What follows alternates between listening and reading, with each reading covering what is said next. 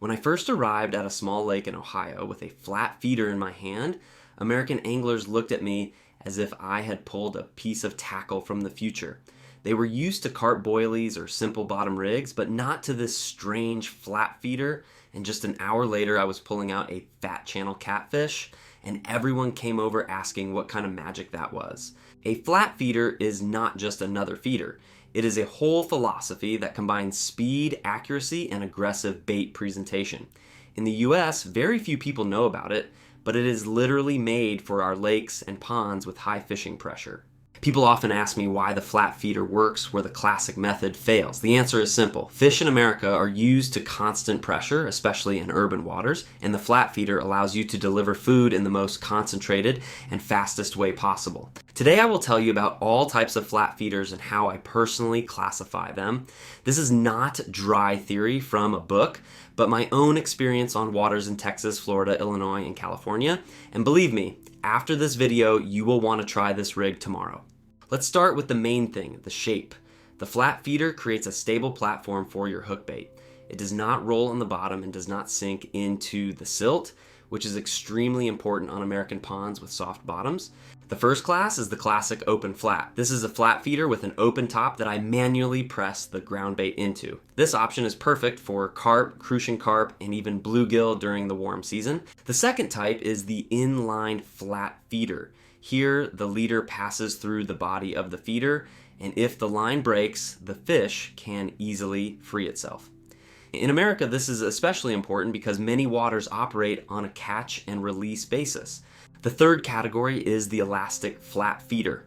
Inside the body, there is a hidden shock-absorbing elastic that dampens the runs of big fish. This is exactly what I use for channel catfish and grass carp, because their strikes can break almost any leader. A separate group is micro flat feeders. These are tiny feeders for ultralight fishing on ponds with small fish. When I target crappie or small carp, this is my secret weapon. There are also cage flats, a hybrid of a flat feeder and a classic cage feeder. They hold ground bait longer, which is useful in cold water. I use them in winter in Florida when carp become sluggish. By weight, I also divide flats into categories. Light ones from 15 to 25 grams are for small ponds and fishing at distances up to 30 feet. Medium ones from 30 to 50 grams are a universal option for most conditions. Heavy flats from 60 grams and up are what I take when fishing big reservoirs or rivers with current. For example, on the Mississippi, they are essential. The flow simply sweeps light feeders away. Materials are another story. Plastic flats are cheap and light but do not last long. Metal ones are more expensive, but I use them for years without any problems. Next are the ribs. The more ribs, the better the ground bait holds during the cast. But if you overdo it, the feed will wash out too slowly.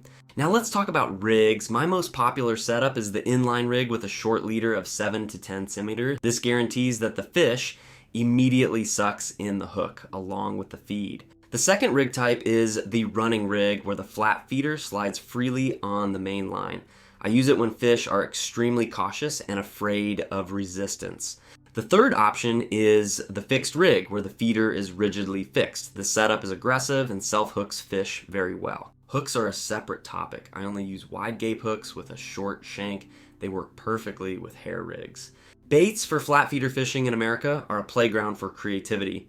Corn from Walmart, catfish pellets, boilies from Europe, everything works. The key is that the hook bait must be inside the feed, not just lying next to it. The ground bait must be sticky. I always tell beginners, if it does not hold on the flat feeder when you shake it, it is not ground bait. It is just trash. I mix a basic carp mix with crushed boilies and a bit of molasses. This combination works from California to New York. Fish react to it instantly. Casting technique also matters. The cast must be smooth without sharp movements, otherwise you will simply knock the feed off the feeder. After it hits the bottom, I always reel in a little line. This straightens the leader and positions the hook correctly. Many people skip this step and then wonder why they get no bites. The first bites usually come within 2 to 3 minutes. That is the main feature of the flat feeder, speed. You don't wait for hours like with a classic bottom rig. I have fished this way in the urban ponds of Chicago, where fish have seen thousands of hooks, and still the flat feeder delivered results. That speaks for itself. It is very important to change distances. I make series of casts at 20, 30, and 40 feet. Very often the fish are literally right under your feet. The flat feeder is the perfect tool for family fishing. And my son caught more fish in one day than in a whole year with a float rod. And after that, he completely fell in love with fishing.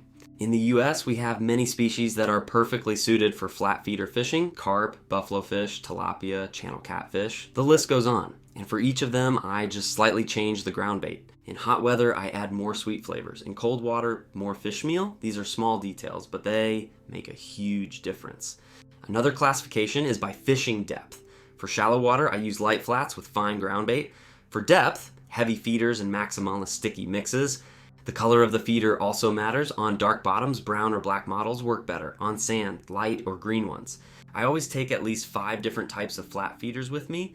This allows me to adapt to any conditions, and that is my main advice for beginners. Don't be afraid to experiment. Today fish want corn, tomorrow pellets, the day after tomorrow a piece of hot dog. Yes, I have caught carp on a hot dog in Texas. The flat feeder is not only tackle, it is a way of thinking. You constantly analyze what is happening underwater, and that is what makes fishing truly exciting. When I see American anglers trying the flat feeder for the first time, I recognize myself from a few years ago. First skepticism, then surprise, and then addiction, because this method really works. I like that flat feeder fishing does not require expensive gear.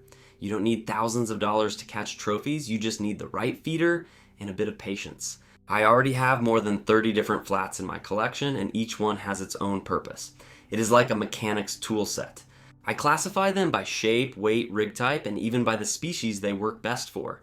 This helps me make quick decisions on the water and saves a lot of time. The flat feeder is a bridge between the European and American schools of fishing. It combines precision, simplicity, and high efficiency. That is why I believe it is the future of feeder fishing in the US. Every time I cast, I know I'm doing something a little different from most people around me, and that is what makes my fishing unique. Because I am not just catching fish, I am telling a story. If you are just starting out, don't be afraid of mistakes. The flat feeder forgives a lot, and with every fish, you will get better.